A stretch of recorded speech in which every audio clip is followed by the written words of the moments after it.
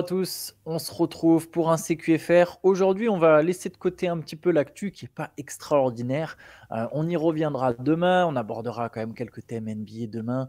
Vous inquiétez pas, mais on s'est dit il y a toujours des tonnes de questions. On a raté en plus pour le coup un épisode du samedi, c'est l'été, donc on va se refaire une salve de questions.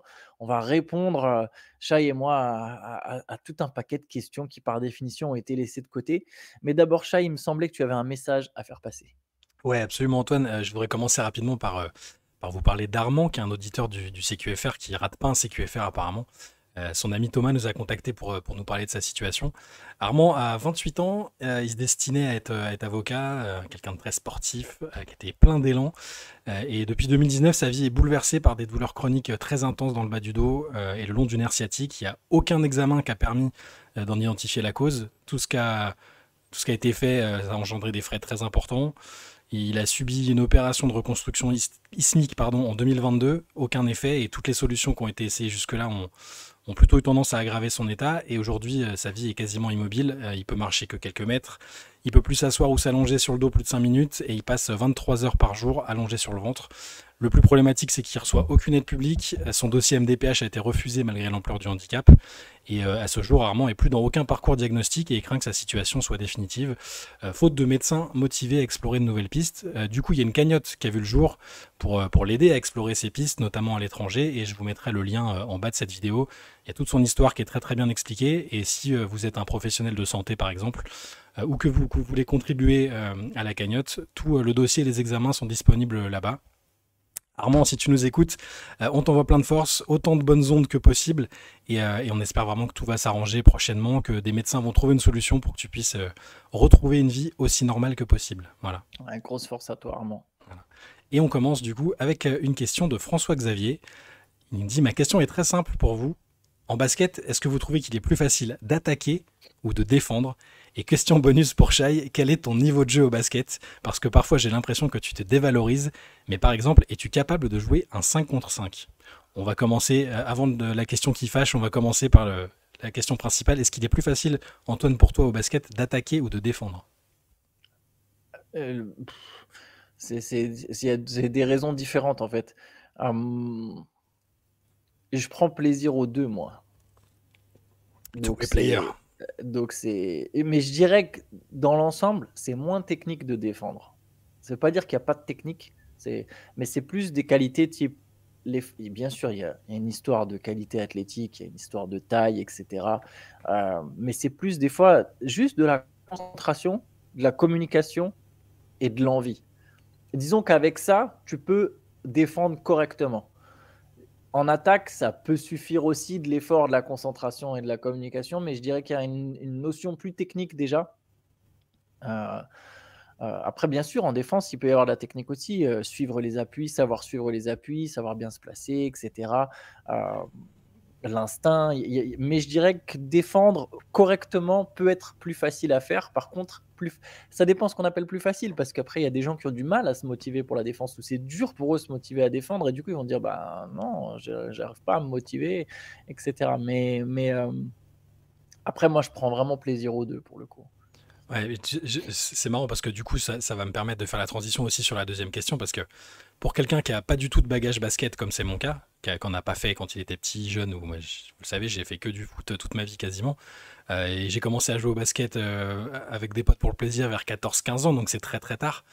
Et c'est pour quelqu'un qui a pas du tout de bagage technique et qui a pas l'habitude de jouer, c'est plus simple entre guillemets de défendre tout court. C'est-à-dire que pour apporter quelque chose à l'équipe quand tu joues dans un match en 5 contre 5 ou même juste sur demi-terrain, c'est plus facile au moins d'être dans l'effort, tu vois, d'être dans la combativité, tu t'essayes. Après, en fonction du niveau des mecs contre lesquels tu joues, ça peut ne servir strictement à rien, surtout si tu fais 1m73 comme moi.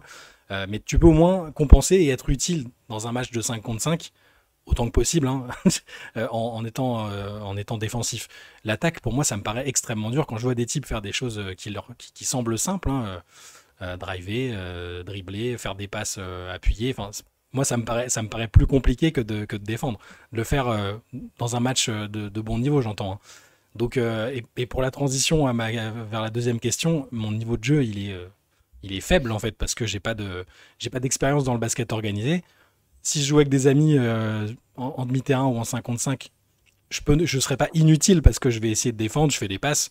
C'est pas moi qui vais prendre tous les tirs dans un match ou qui vais. Ça c'est sûr que ça, il y a aucun risque là-dessus. Mais non, mon niveau, je le considérerais comme faible, quoi. Je peux pas absolument pas jouer dans un. Si c'est un match de basket organisé avec un bon niveau, j'ai absolument pas ma place sur le terrain. Par contre, pour le fun, je peux s'amuser. Je serais pas ridicule, quoi. Ça serait bien, je lance l'idée, ça fait plusieurs fois que je l'ai déjà eu dans la tête, mais ça peut être intriguant, là j'en profite vu qu'il y a nos auditeurs.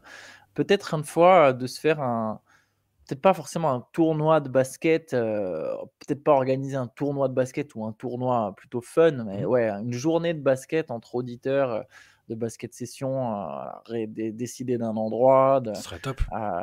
que Théo puisse venir, que Guillaume puisse venir, peut-être que Julien puisse Faut venir. que les gens qui sachent jouer au basket viennent, hein, parce que si c'est que Ouais. s'il y a que moi, on va Non, pas. mais après avec des auditeurs aussi, Ouais. et d'ailleurs, petite question pour les auditeurs, autre qui n'a rien à voir, mais j'en profite. Ça m'intéresse de savoir combien parmi vous pratiquent, jouent encore en club ou ont joué Mhm. longtemps ou jouent encore sur les playgrounds même sans que ce soit forcément en club ou à la hoops ou équivalent de la hoops, dans les autres il y a pas que des hoops, hein, il y a aussi Mhm. d'autres terrains couverts. Donc voilà, Cool. ça m'intéresse beaucoup de savoir, ça m'intéresse notamment dans une logique des contenus qu'on peut vous proposer, de savoir si parmi vous, il y a beaucoup de pratiquants ou envie d'être pratiquants ou jouent au moins en tout cas régulièrement dehors, et cetera. Voilà, j'en profite.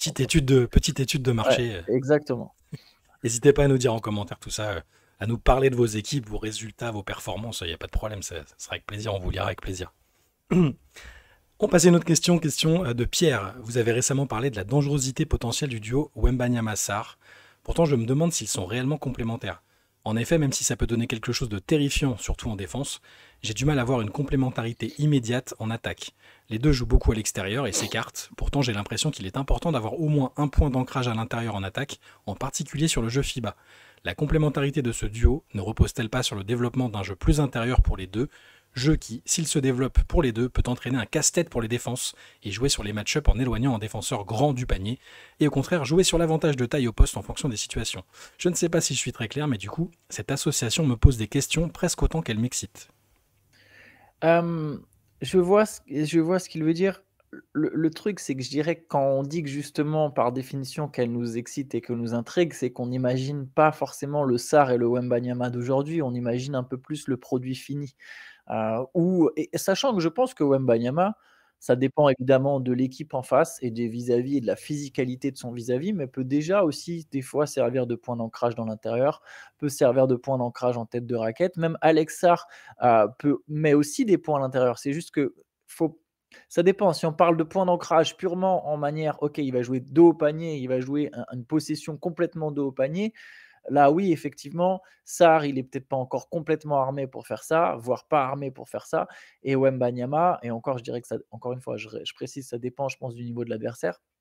Et Wembanyama, je dirais qu'il est armé, mais qu'il manque encore un peu de physicalité. Et encore à voir, hein, c'est des jeunes joueurs. Le physique, ça évolue très vite à cet âge-là. Regarde Yanis, à un moment, il est revenu, il est passé de Gringalet à Ouais, Golgoth, quoi. c'est clair. Donc, et on l'a pas, enfin, on l'a pas vu venir. Ça s'est pas fait en un an, en vérité, ça s'est pas fait en un été, mais c'est juste que d'un coup, tu réalises la puissance du gars, tu vois. Alors qu'en fait, il prenait du muscle, il prenait du muscle, il prenait du muscle chaque année, puis d'un coup, hop, il a atteint le truc et tu as vu les épaules et tu as dit: «OK, d'accord, là, c'est bon, on peut plus jouer». Même Tatum Mm. d'ailleurs, au fil des ans, s'est renforcé et je pense que Wembanyama comme Sarr, ça sera des vérités. Sarr, comme j'ai dit, il sert déjà dans la raquette. Je pense qu'aujourd'hui, tu pourrais déjà faire jouer les 2 ensemble.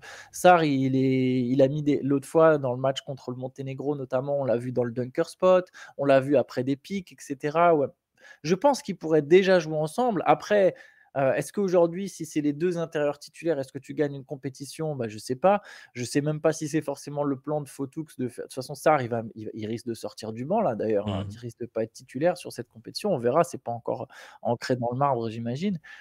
Gravé dans le marbre plutôt, parce que j'aime bien mixer des expressions. Mais c'est ça, c'est ce qui fait ta touche perso, Antoine, tu sais. C'est exactement, c'est On va écrire un petit recueil on des dirait, expressions. on dirait les personnages genre Jean-Claude Duss ou tu sais les je suis un peu l'équivalent en journaliste basket.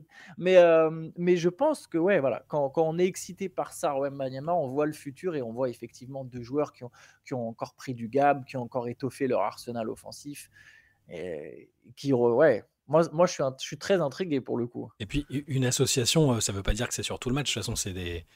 par définition, il y a d'autres joueurs qui vont aider, qui vont venir sur ce poste-là et qui ont des profils différents, qui sont plus des points d'ancrage traditionnels en fonction de l'adversaire, en fonction des situations. C'est ça qui est Ouais. intéressant, c'est d'avoir l'option d'avoir ces deux-là qui sont des. Alors Wembanyama en particulier, mais qui ont tellement de qualité et de variété dans lesquelles tu peux les utiliser. Mais oui, dans tous les cas, le coup du jeu intérieur, du jeu près du cercle, je pense que ça va lui être rabâché tout le temps, Wembanyama, pour Sarr aussi. Là, il faut toujours trouver le bon dosage entre s'écarter, entre le nombre de fois où tu t'écartes et le nombre de fois où tu mets les paniers 10 simples pour les intérieurs. Mais moi aussi, je suis très très excité, très très intéressé par tout ça, et même pas que par eux, par la variété des talents qui arrivent en équipe de France. Là, cette compète, elle va servir à ça aussi, hein. C'est ce qui est super intéressant, voir les jeunes en situation avec un peu moins de pression et d'attente que lors d'autres compétitions. Et pour Sarr c'est intéressant. Sarr, Rizaché, même Bilal Koulibaly quelque part. Je trouve ça intéressant. Et je me pose, il y a aussi les questions que pose Pierre sont légitimes, mais Ouais, c'est intéressant, c'est des mais, bonnes mais questions. on a surtout envie de pouvoir y répondre un peu dans une compétition. Donc peut-être pas celle-là évidemment, parce qu'il y a pas Victor, mais peut-être sur la prochaine. Donc, question suivante, question de Quentin. Bonjour l'équipe, frais supporter depuis 1 an maintenant des Hawks de Trae Young. Je me demandais si au vu de la grosse free agency de l'équipe, cette année ne pouvait pas être celle des Atlanta Hawks. Comment prédisez-vous le développement de l'équipe et des joueurs cette saison et où les voyez-vous dans le classement de la conférence Est? Dans le top 6 déjà. Je pense Oui, qu'Atlanta sera dans le top 6 direct. Euh, pour moi, l'équipe, pareil, m'intrigue. Je pense que c'était le bon mot. J'emploie le même mot que pour ça. M'intrigue, m'intéresse. J'aimais déjà bien l'an dernier d'ailleurs, en mm. fait, même si c'était pas aussi bien qu'attendu. Il y a le what J'ai if de la l'impression, blessure de Jalen Johnson, quoi. Si se c'est blesse vrai, pas, où est-ce qu'il finit, tu vois? c'est vrai, c'est vrai. C'est un très bel effectif avec plein de joueurs au profil très moderne. Jalen Johnson, Zachary Zaché, Nickel Alexander Walker, Dyson Daniels. Ça peut switcher sur plusieurs postes, ça peut défendre plusieurs postes. C'est long, c'est athlétique. Autour de ça, tu as un pivot comme Porzingis. Je pense que ça fait plusieurs années qu'ils ont besoin d'un pivot qui étire un peu les lignes. D'ailleurs, paradoxalement, beaucoup de bons défenseurs, mais pas une bonne défense, hein. Ouais. Ça peut être potentiellement un problème. Mais cette équipe a en tout cas les éléments pour que ça clique. Quinn Snyder joue gros, je pense, très gros Ouais, même. clairement. Gros potentiel de limogeage en cours de saison si les Hawks sont pas bien placés, sont pas vite bien placés. Il y a la situation autour de Trae Young. Apparemment, il est résigné au fait qu'il ne signera pas d'extension. Mm. Ça peut créer un peu une distraction.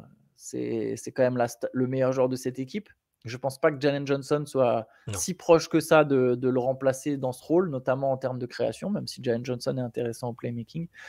Et du coup, pardon, il y a une partie de la question, c'est où on les voit à l'Est et c'est quoi? C'est Oui, c'est le le classement. Comment est-ce qu'on prévoit, comment on prédit le développement de l'équipe et des joueurs et où est-ce qu'on les voit dans le classement de l'Est? Je pense que ça sera bon, mais pas au point d'être dans le top 3. Je pense qu'on est plus genre voilà, mon best case Mm. scénario aujourd'hui, c'est Atlanta s'en sort bien si Atlanta arrive à avoir l'avantage du terrain en étant quatrième. Je vois pas une saison non plus où ça gagne 55 matchs, tu vois. Mais c'est un scénario qui n'est pas impossible, hein, cela dit, hein. Ouais. C'est juste moi, c'est pas le scénario que je vais privilégier, mais je pense au moins qu'il existe. Tu vois, des fois, on parle souvent, nous, en termes un peu comme ça. Est-ce qu'il y a un scénario Mm. qui existe? Donc, je pense que des scénarios où Atlanta finit très haut, genre top 2, top 3, ça existe. C'est pas celui que je privilégierais.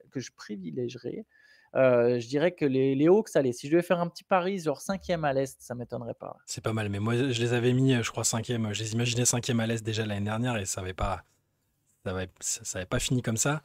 Euh, Moi, je pense que ce scénario de top 3, top 4, il existe et je serais même en train de partir là-dessus parce que vu comment se dessine le paysage à l'Est avec les équipes où c'est un peu flou, avec les blessés, je pense qu'ils ont quelques certitudes.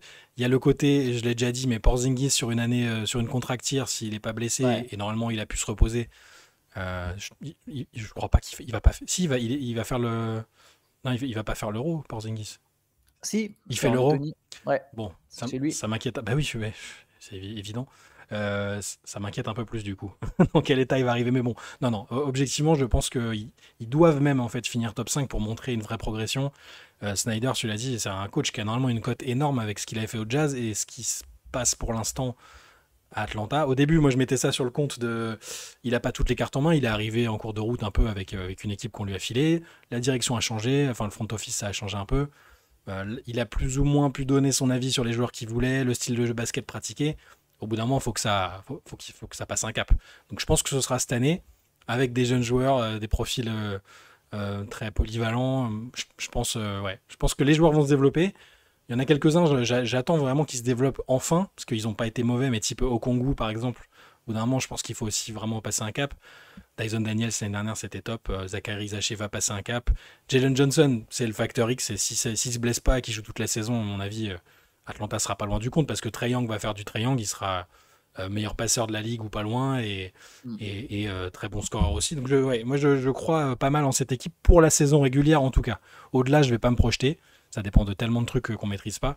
Mais ouais, je vais aller jusqu'à dire top 4 même. Voilà, ça peut sembler un peu ambitieux, mais je les mets top 4. Non, mais top 4, c'est aussi effectivement jouable, hein. Mm. Et ouais, ça beaucoup dépendra de Johnson et de Porzingis, dans quelle forme il sera. Et normalement, les années contractuellement pertinentes pour lui, il est très très bon. Donc je pense que ça sera le cas cette année. On passe à une question de Mundio. Vu l'importance du bonhomme, pourquoi, lors de son deuxième retour après 4 ans d'absence et avoir déjà tout gagné, Michael Jordan est-il revenu aux Washington Wizards dans une équipe qui ne jouait pas le titre? Il était président du club. Ça Il peut. était président du club, en Ouais. fait, c'est aussi simple que ça. Donc, c'est comme si demain, dans votre club, le président, c'est d'ailleurs Ça souvent dans des existe. clubs, le président Oui. joue, hein, ça existe beaucoup. On a des présidents jeunes. J'ai vu la dernière fois un reportage de France 3 sur un président de 19 ans dans le Nord. Voilà, Ah si ouais. jamais il nous écoute, big up à lui. 19 ans, président de club. Putain. Chapeau à lui. Il est président, joueur, entraîneur. Ah ouais, alors Il est c'est bien, costaud, plusieurs casquettes. J'ai c'est une oublié belle son nom et implication. le nom du club, je suis désolé, j'ai zappé, mais C'est une belle implication, mais ça peut avoir des situations gênantes, quoi. C'est. ouais.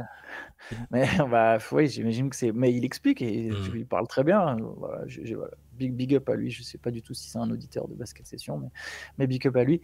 Et oui, donc Michael Jordan était président de club, hein. C'est lui qui draft Kwame Brown, Ouais. fameux président qui a drafté Kwame Brown en première position.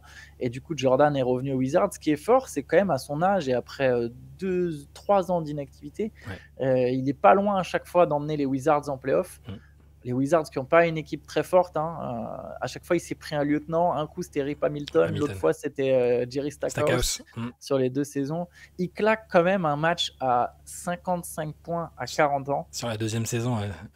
Et faut comprendre, tu vois, par exemple, aujourd'hui, on voit LeBron James. LeBron James, il a dû en mettre 50, peut-être 50 et quelques à 40, je me souviens plus. Hmm. Mais on est dans un autre basket aujourd'hui avec LeBron James. Là, les 55 points de Michael Jordan à 40 ans au début des années 2000, en 2002-2003, c'est l'équivalent d'un match. Je vais pas faire comme les stars des années 2000 ou des années 90, mais je pense que c'est un match à 65, 60, Hmm. ouais, facile Ouais, 65 dans un points. basket plus défensif, quoi. Facile Ouais. Hmm. 65 points de nos jours, quoi. Donc le mec à 40 ans, c'est comme s'il avait mis quand même 65 pions, tu vois. Ouais. Alors, je pense facile 65. Je serais tenté de les dire légèrement plus sans aller jusqu'à 70. Donc après, bon, il avait tous les ballons aussi, hein, mais ouais, fort quand même. Mais Mais ce qui pas amené est en playoff. dans le contexte, c'est que il était président des opérations basket. Il a mis une équipe sur pied qui marchait pas trop. Je pense qu'il s'est dit, on s'est le titillé un peu. Il y en a qui lui demandaient, et puis il s'est dit, je veux me mesurer. Il a dit après, je veux me mesurer un peu à ce qui se fait actuellement. Je le fais pour l'amour du basket, je le fais pas pour l'argent évidemment. Je pense qu'il s'est dit bêtement, putain, le mec qui a fait l'équipe, elle est pas top, je vais aller aider, en oubliant que c'était un peu lui qui avait contribué à faire l'équipe, et il s'est dit que le challenge, il fallait que lui soit là pour que l'équipe soit compétitive, ce qui était Ouais. probablement vrai. Et ses stats, elles sont pas mal du tout, hein, vraiment. J'avais regardé, mais en 2001-2002, donc il joue 60 matchs, et il tourne à quasiment 23 points, plus de 5 rebonds, 5 passes. Aujourd'hui, tu fais ces stats-là, à 40 ans, t'es LeBron Bah James, ouais. quoi. Tu vois, Puis dans cette NBA, encore une fois, dans hein. cette NBA. Et ouais, donc la première saison, il fait un match à 51 points contre les Bobcats.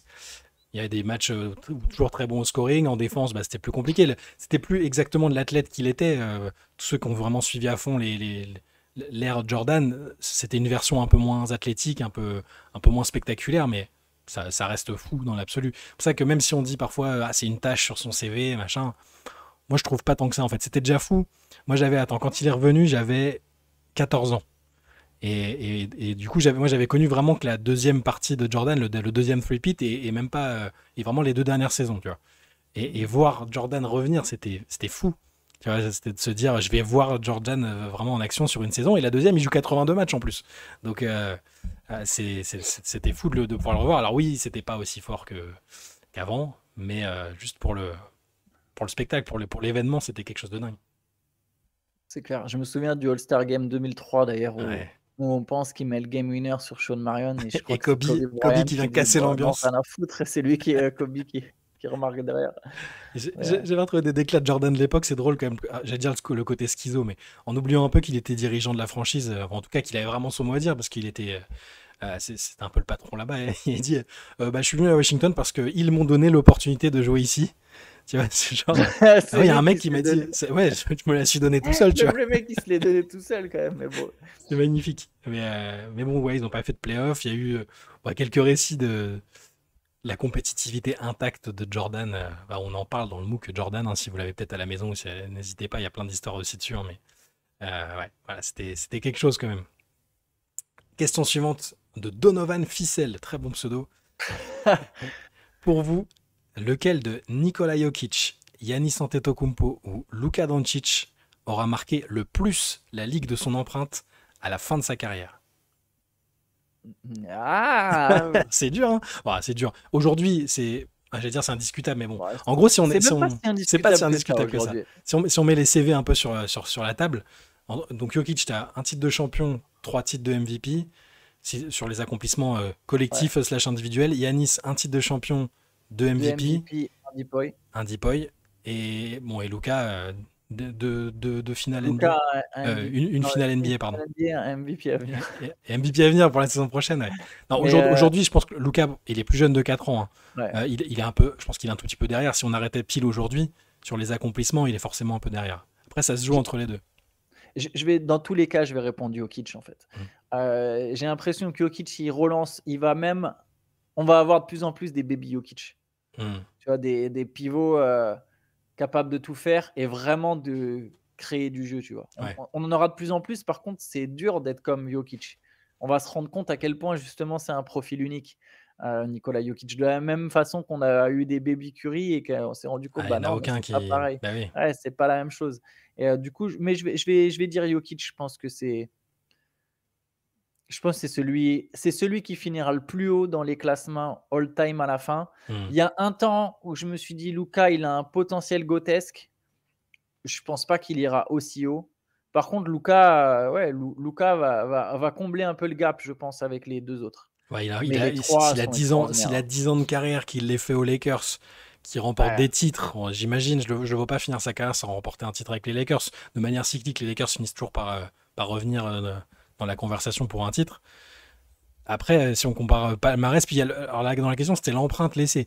Ce sera pas forcément la même réponse que ouais. où est-ce que tu le mets dans un classement all-time. Parce que pour moi, C'est pour sinon, ça que j'ai Jokic, parlé ouais. un peu aussi du Hmm. profil. Excuse-moi, je Ouais. t'ai coupé. De Jokic, tu vois? Sur le fait qu'il y aura peut-être des Bobby. Mais après bon, des Luka et enfin, je sais moi, c'est une très bonne question. C'est trois prototypes. Hein. Et Yanis, même en soi, Yanis, entre guillemets, enfin, Jokic, il a révolutionné le poste, je pense. Enfin, le fait d'être aussi fort passeur. À un moment où on se disait les pivots, c'est pas loin d'être fini, enfin les pivots traditionnels et tout. Ouais. En ça, il a quand même l'empreinte laissée, tu vois. Alors il y a le côté médiatique où il fuit un peu, mais tu vois. En fait, au-delà du pivot traditionnel, parce que pour moi, ça, c'était une fausse discussion. Ouais. Par contre, tu peux construire. Jokic, ah bah si j'ai le bon pivot, je peux construire mon équipe autour d'un pivot. Mais je pense qu'on va se rendre compte que non, c'est très dur de retrouver un Jokic. Tu vois, c'est même pas dit Hmm. aujourd'hui que les Rockets se construisent complètement autour d'Alperen Sengun, finalement, tu vois. Ouais. Et il y a des questions comme ça, mais ouais, je le vois bien marquer vraiment la ligue. C'est pas fini avec Jokic d'ailleurs. Non, c'est pas fini. Et bon, et interrogation sur Luka. Donc Ouais, si je Luka, le devais, potentiel. c'est injuste, mais Yanis sera dans les classements all-time très très haut. Il n'y a aucun souci, mais je sais pas. Je pense que ouais, je pense que je mettrais plutôt Jokic ou Luka en fonction de ce qui va se passer après. On verra bien. La suite nous le dira. Question suivante de Roland. Si on enlève les équipes qui ne joueront même pas les playoffs ou n'ont aucune chance d'aller en finale, et si on enlève les favoris légitimes de cette année à venir, à savoir New York, Cleveland, Denver, OKC, etc., quelle serait selon vous la plus grosse dinguerie possible pour le gain du titre? Donc j'imagine par exemple du type Indiana l'année dernière, tu vois. Est-ce que alors il nous propose les Clippers, les Timberwolves, ou les Hawks. Mais bon, je pense qu'on peut étendre à plein de trucs. Alors déjà, enfin, les Mais, Wolves, ce serait pas une dinguerie. Ils ont fait 2 finales de conférence de suite. bon, les Hawks, ça serait complètement dingue au final, mais faut qu'on y croie. Ouais, bah, parce que personne croyait aux Parce que Pacers en sinon, finale. sinon, la plus grosse dinguerie, je te prends l'équipe la moins bien classée, tu vois. Je te dis Ouais, ouais, pas. mais il disait, si on Mais oui, enlève les équipes, si on enlève oui, les équipes qui ont aucune chance, tu vois, genre type les oui, Wizards, tu qu'on vois. enlève les équipes qui n'ont aucune chance et qu'on enlève les vrais gros favoris, type Cleveland, Ouais. New York, du coup. Le truc Euh, relativement crédible, pour moi, c'est scénario Indiana l'année dernière, du coup, si Indiana gagne. Parce ouais, qu'Indiana était vraiment pas dans les oui, favoris. Indiana, ça aurait été pour moi le titre le plus fou de l'histoire. Ouais, moi aussi, je pense. Et du coup, cette année, un équivalent, bah ouais, Atlanta qui est cité, je pense que ce serait, même si on les imagine top 5, ce serait chaud. Euh, J'arrive tellement pas à Oh, imaginer Atlanta non, au moi non rang de plus. champion, en Moi fait. non C'est pour plus. ça, pour moi, ça me paraît tellement pas crédible. Ouais. Et- et je- Mais bah, vas-y, t'allais Non, non, commencer mais à dire. je réfléchissais en direct aussi parce que, J'en ai quelques-uns qui ouais, me viennent en tête. Bucks. Je pense oui, que les ouais, Bucks, même s'ils c'est ont Yanis, ce un serait très. immense Ouais. doigt d'honneur. Bah, ouais, c'est Philadelphie. Philly, Bucks, Philly, Warriors.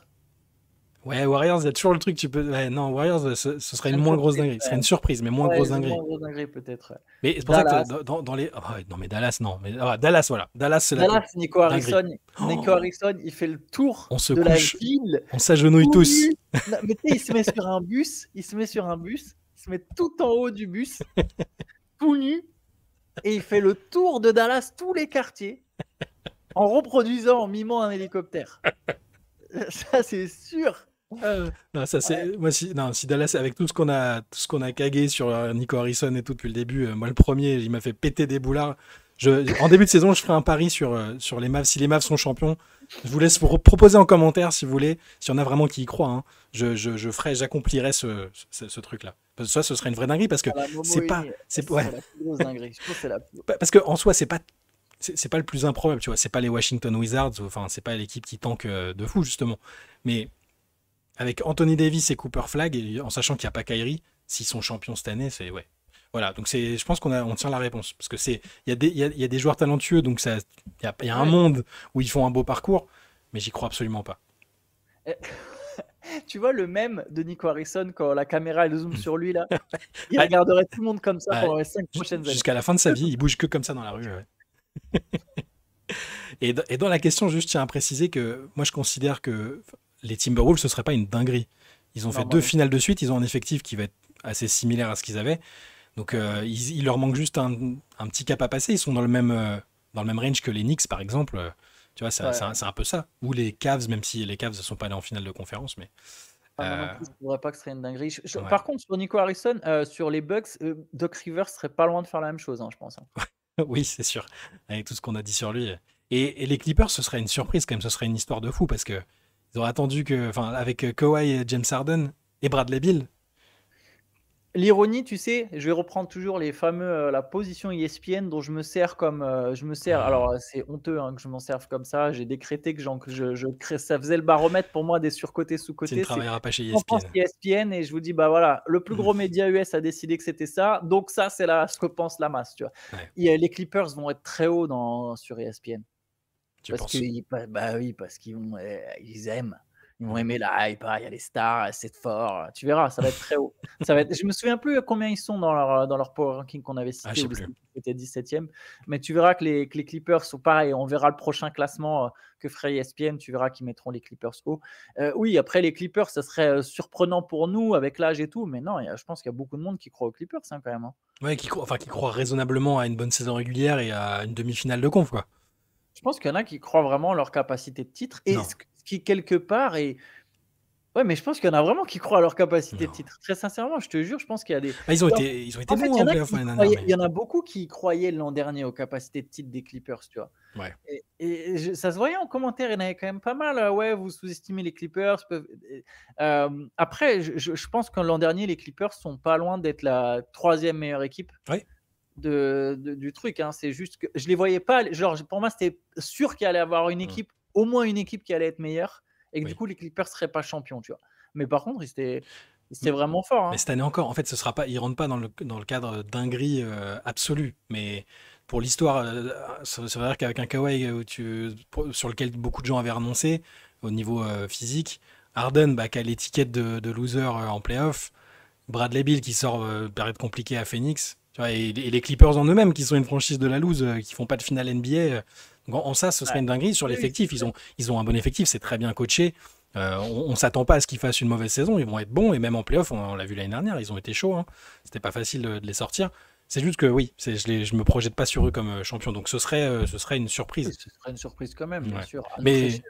au contraire, Minnesota, par contre, je les mets pas, je les mets même dans les favoris de l'Ouest, en fait. Tout simplement parce que, avec ce qu'ils ont fait, je pense qu'ils visent à minima une finale de conférence. Ce sera pas facile, mais c'est pas une dinguerie. Atlanta, comme Ah, il je nous le pense que citait, c'est la dinguerie, mais non pour moi, plus. c'est impossible. Voilà. Dites-nous aussi si vous voyez une équipe un peu similaire à Indiana, ce qu'ont fait les Pacers l'année dernière, aller jusqu'au bout, ou au moins en finale, ce qui serait déjà assez dingue. N'hésitez pas à nous dire ça. Question de Georges de Montréal. Je me souviens des premiers pas de Joel Embiid en NBA. Sa domination, son jeu de jambes, son sourire, ses 20 points par match en à peine 20 minutes et son franc-parler. Il déclarait vouloir devenir l'un des plus grands joueurs NBA de tous les temps. Pourtant, dès cette époque-là, certains de ses détracteurs lui demandaient d'abord d'être le meilleur joueur africain de l'histoire. Aujourd'hui, cet objectif semble de plus en plus difficile à atteindre. Je me demande même s'il est à ce jour le meilleur joueur camerounais à avoir évolué en NBA. Certes, en valeur pure, il est supérieur et de loin à Pascal Siakam, mais si l'on devait retenir le Camerounais qui a le plus marqué la NBA, lequel choisiriez-vous? Embiid, un titre de MVP, 2 titres de meilleur marqueur, mais une incapacité persistante à remporter une série de playoffs importante. Pascal Siakam, un titre de MIP, un titre NBA comme deuxième option et une seconde finale comme première option.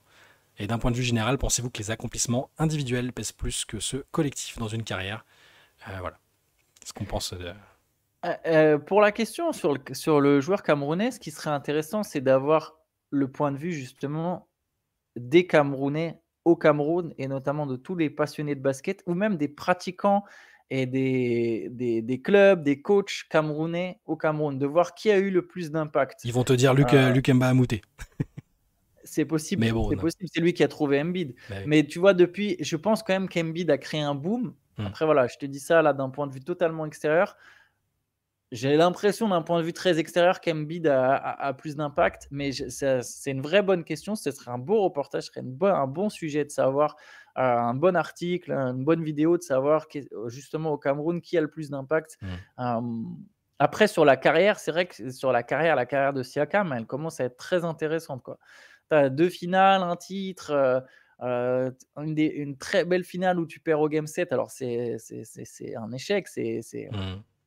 c'est triste, mais ça donne encore plus d'émotion à ta carrière. Après, c'est vrai qu'Embiid a un titre de MVP.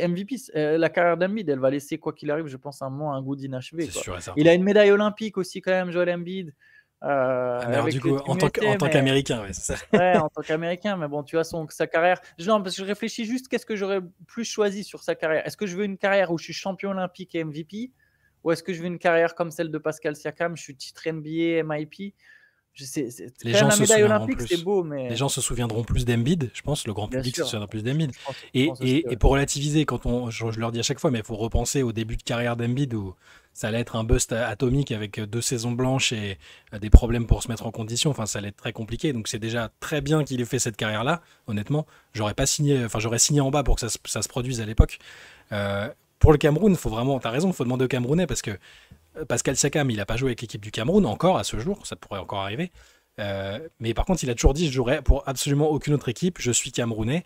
Il a plus, entre guillemets, représenté le Cameroun et mis le Cameroun en avant Ouais, qu'Embiid, Embiid. qui pourtant, voilà, c'est un Camerounais, il aime son pays, tout ça, mais je pense que les gens, peut-être là-bas, de ceux avec lesquels j'ai parlé, il y a cette frustration qu'il n'ait même pas entretenu l'idée de le faire, tu vois, et qu'il ait hésité entre 2 autres nations.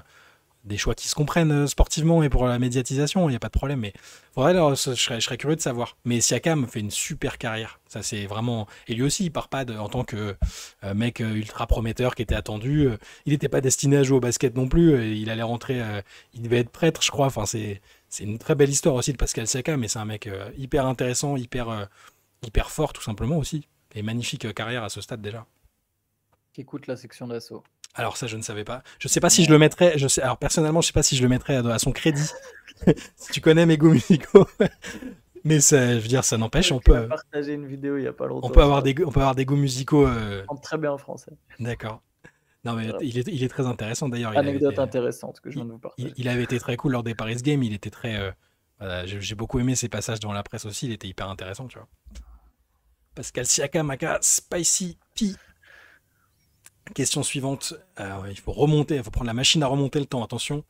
Allez, Question de j'aime bien. Tino. Ah, alors, je suis pas sûr que t'aimes. C'est vraiment très très ancien. Ah, c'est très long. Ah, j'aime moins. Question de Tino. Aujourd'hui, j'aimerais que vous nous parliez de Bob Cousy. Je pense qu'il nous Non. parle de ça parce que. Non, Antoine refuse. Voilà, question suivante. Cousy, je crois qu'il a fêté ses 97 ans. Là. Je sais pas si t'as vu, c'est dans le top 75 all-time. Il faut qu'il arrête de parler, qu'ils arrêtent de lui tendre un micro, ce qu'il a dit sur Jalen Brown là. Alors, ça, j'ai pas vu. Il a dit qu'il voyait pas Jalen Brown. Genre, limite, il suggère aux Celtics de trader Jalen Brown. Mais gars, qu'est-ce Non, que mais tu il a fais? 97 ans. Oui, mais Il faut être justement, il n'ose indulgent. pas lui donner un micro. Alors, oui, c'est vrai qu'une des dernières fois où il avait donné un micro, c'était pour plus ou moins soutenir la campagne de Donald Trump. Bon, c'est. Je pense que s'il aime pas Jalen Brown, c'est sans doute pour certaines raisons. Tu penses? Bah oui. Mettons tout ça de côté, séparons l'homme, le sportif de l'homme du Ah, sportif, mais de tu sais, c'est l'artiste, tout ce que dur. tu veux. C'est une icône de ta franchise. Je sais. T'es le mec qui vient. T'es une des stars de la franchise. T'as amené un titre à cette franchise. Donc, vous partagez une histoire commune d'une certaine manière. Et tu t'en prends au mec gratuitement avant le début d'une saison où normalement il n'y aura pas de pression, pas de truc. Enfin bref. J'avais pas vu les déclats, mais cela dit, ce que je mentionne sur Trump et tout ça, Bob Cousy a été. Bill Russell a toujours parlé de lui comme d'un mec qui l'avait beaucoup aidé à l'époque dans un contexte social absolument désastreux. Donc je dis pas que c'est une mauvaise personne non plus. Attention, c'est quelqu'un de 97 ans par contre. Donc ça, faut le prendre en compte. Mais la question n'est pas là, Tino. J'aimerais que vous nous parliez de Bob Cousy. C'est un nom que j'avais déjà entendu, et j'avais vu une sorte de vidéo highlight. C'est les Harlem Globetrotters. Le mec, c'est Ronaldinho au basket, et pourtant, ce n'est pas un nom que l'on cite si souvent. Vu la vidéo que j'ai vue, j'imaginerais qu'il a changé le basket et que ce serait une icône de la trempe de Jerry West, Will Chamberlain ou Bill Russell. Ma question est multiple, mais vous allez sûrement pouvoir condenser tout ça. Quelle est pour vous la place de Bob Cousy dans l'histoire du basket? Comment un tel joueur a-t-il pu exister à cette époque? Quels seraient ses héritiers éventuels aujourd'hui? Et ne trouvez-vous pas que le jeu actuel en NBA manque de ce genre de joueurs avec des passes, des gestes techniques et des inspirations qui font lever les foules? Alors ouais, si vous n'avez jamais vu Bob Cousy, si vous avez jamais vu Bob Cousy jouer, vous pouvez aller voir. C'est vrai que pour l'époque, c'est assez spectaculaire. Il appelait le Houdini du hardwood. Techniquement, pour l'époque, à nouveau, c'était assez exceptionnel.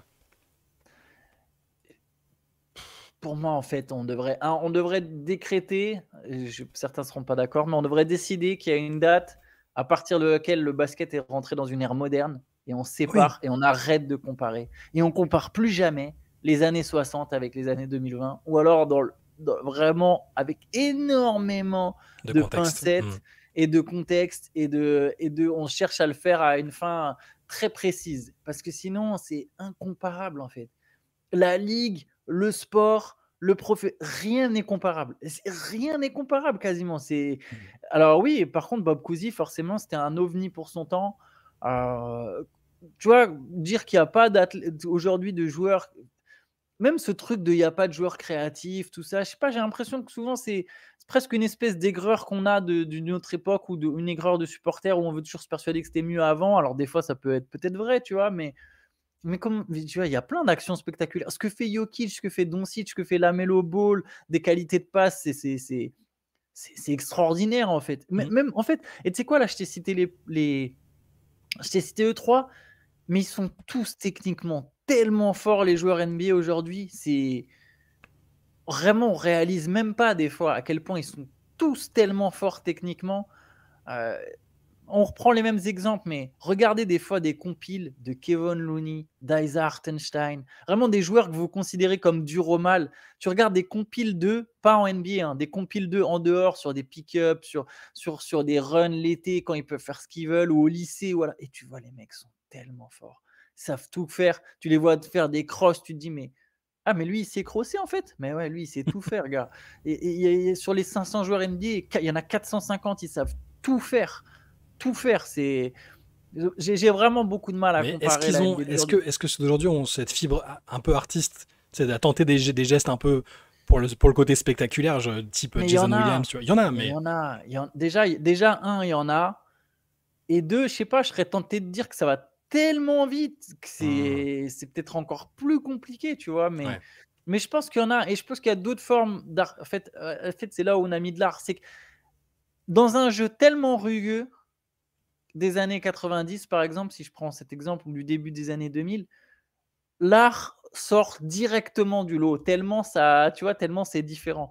Aujourd'hui, tu sais, c'est tout bête, mais tu sais, tu vas regarder des compiles de Jason Kidd, tu vas avoir une passe un peu laser, et tu vas dire: «Waouh, à l'époque!» Mais aujourd'hui, mais il y en a 50, j'exagère, il y en a 50 par saison, j'allais te dire. C'est un Mhm. peu exagéré, tu vois? Ouais. Mais il y en a plein, c'est juste que ça devient tellement le lot commun qu'il y a certains trucs techniques tellement forts qu'on a tellement vu qu'on leur donne même plus la même valeur alors que c'est complètement ouf. Tu sais, des espèces de passes des fois, sur des drive and kick où le mec rentre dans la raquette et il fait une passe dans le dos de 3 défenseurs pour aller à un gars dans le corner. Aujourd'hui, c'est un truc qu'on voit, c'est commun, tu vois, presque. Mhm. Et il faut que Luka Doncic le fasse par derrière sa tête, tu vois, comme ça, pour ceux qui sont sur YouTube, désolé pour ceux qui sont sur l'audio, pour qu'on se dise que c'est une passe de ouf. Alors qu'en fait, quand tu la fais même juste normalement, c'est une passe assez dingue. Et ouais, c'est juste, voilà, je pense que le niveau est tellement élevé qu'on donne pas la même valeur à certains trucs artistiques qui sont faits aujourd'hui, mais je pense toujours qu'il y a des joueurs qui ont une notion de créativité, Mhm. même dans la manière de se créer leur tir en fait. Mais bref, bon, Non, non, c'est mais alors, je suis d'accord avec toi. Il faut aussi bien faire le côté opposé de cette réflexion-là, c'est-à-dire que un Bob Cousy, parce que tu parlais du contexte de l'époque, mais avec les moyens d'aujourd'hui d'entraînement, enfin, comme tous les ah grands, oui, peut-être je que pense lui qu'il serait, serait, bien il serait sûr, ressorti bien du lot sûr, aussi. Enfin, il aurait été parmi les bien meilleurs, sûr. tu vois. Et, Ça, je dis pas le contraire, ça. ouais, et après, pour sa place, même s'il n'est pas mis sur le même plan que Bill Russell et tout ça, aux États-Unis, il est quand même, et à Boston, il est ultra révéré, Bob Cousy, quand même. C'est-à-dire qu'il a fait partie de la légende de ces Celtics-là, et c'était le visage de la franchise, forcément, à une époque où ils n'avaient pas spécialement envie de mettre un athlète noir en avant. Cousy était ce mec-là, le côté un peu artiste, le côté local. Soit dit en passant, d'origine française, hein, ses parents sont des immigrés français aux États-Unis. Euh, Ouais. Aujourd'hui, on se demanderait s'il faut pas naturaliser Bob Cousy s'il jouait, je pense, tu vois. Mais c'était un artiste et ouais, on en parle quand même. Alors peut-être pas le grand public hors États-Unis, mais vraiment en Amérique, il est quand même vraiment considéré, tu vois. En sachant qu'en plus c'est un des derniers vivants parmi les icônes. Et je suis d'accord avec toi pour la place all-time, c'est. Je vais pas aller jusqu'à dire comme JJ Redick à l'époque, parce que c'était avec Cousy directement, hein, le coup de oui, Bob Cousy jouait contre des Ouais, il jouait avec des plombiers. plombiers, ouais, Bon, ouais. voilà, oui, mais il jouerait aujourd'hui, il aurait trouvé le moyen de se mettre au niveau parce qu'il avait ce truc-là en plus, le niveau d'entraînement, de soins. Donc ça c'est un peu un mauvais. Tout ça, je suis d'accord. Quand j'ai dit qu'il fallait séparer les époques, par contre, je suis entièrement d'accord que n'importe quel superstar de n'importe quelle époque aurait, en grandissant dans une autre époque, du coup, dans un autre contexte, avait sans doute au final le talent, tu vois, le Hmm. génie, les aptitudes et les capacités pour devenir une superstar à n'importe quelle époque. J'aime pas du tout quand on dit ah bah machin brillerait pas dans la NBA d'aujourd'hui parce qu'il serait trop lent. Non, il serait juste un joueur différent avec autant de talent, il aurait Ouais. débloqué d'autres atouts. Et de la même façon que j'aime pas quand on dit Stephen Curry ne pourrait pas jouer dans les années 90, je me dis bah bien sûr que si. Tu vois, donc Oui. dans les deux sens. Donc oui, comme toi, Bob Cousy, il aurait grandi aujourd'hui, il aurait peut-être été un meneur exceptionnel, tu vois, un meneur complet. On ne saura jamais. Mais ce qui est sûr, c'est que dans les années 60, c'était un autre basket et c'est quand même dur de comparer. C'était son Hmm. anniversaire il n'y a pas longtemps au Ouais, passage. ouais, C'était c'est assez ça, il y a impressionnant. 97 ans. Mais moi j'avais été marqué par C'était une longue interview sur ESPN, ça remonte un peu, hein. Bill Russell est encore vivant. Il racontait justement leur relation. Il disait que Cousy lui avait après demandé pardon de ne pas avoir été assez en soutien ou de ne pas avoir assez ressenti sa douleur à l'époque. Parce qu'on va pas revenir sur Bill Russell, c'est pas un podcast sur Bill Russell, mais le contexte dans lequel il a évolué est totalement dingue. Enfin, ce qu'il, lui, sa famille et lui ont subi. Il y a un documentaire sur Netflix qui, je pense, est encore dispo, qui est incroyable là-dessus, qui est très très bien produit. Euh, et ouais, c'était hyper intéressant de voir lui, l'icône blanche de l'époque, qui avait aucun problème, qui était vénéré. Et à côté de ça, le meilleur joueur de l'équipe, c'était Bill Russell, et il prenait des trucs totalement dingues. Il s'était excusé auprès de lui après. Ils ont toujours eu une bonne relation quand même, enfin, presque toujours eu une bonne relation. Mais malgré ça, il a ressenti que pour l'époque, il aurait peut-être pu ou dû faire plus pour l'aider, tu vois.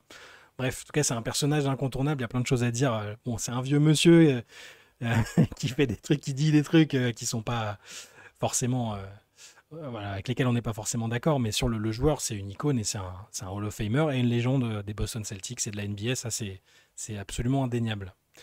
Antoine, c'était la dernière question du jour. Eh ben, écoute, On, parfait. Bah, on remettra ça pour une autre séance prochainement. Il y a toujours plein de questions de côté. Continuez de nous en envoyer, c'est vraiment cool. elles sont bien vos questions en Elles plus. sont toujours bien. Je sais pas comment font les gens en fait. Parce que nous, parfois, regarde, on se dit, bah, ce matin, on va parler de quoi? Ou tiens, sur quel Ouais. truc on pourrait faire un sujet? Puis là, vous nous sortez des trucs. Je suis assez fasciné par la qualité de réflexion, même des questions basiques, hein. C'est super intéressant en fait. Donc merci beaucoup pour tout ça, pour vos messages. Je vous redis d'aller jeter un coup d'œil sur la cagnotte pour Armand dont je vous ai parlé au début. Je vous mets le lien Ouais. dans la vidéo YouTube en dessous. Et voilà, d'ici là, passez une bonne journée. On se retrouve demain matin de toute façon. Yes, à demain. Ciao, ciao. Ciao, ciao.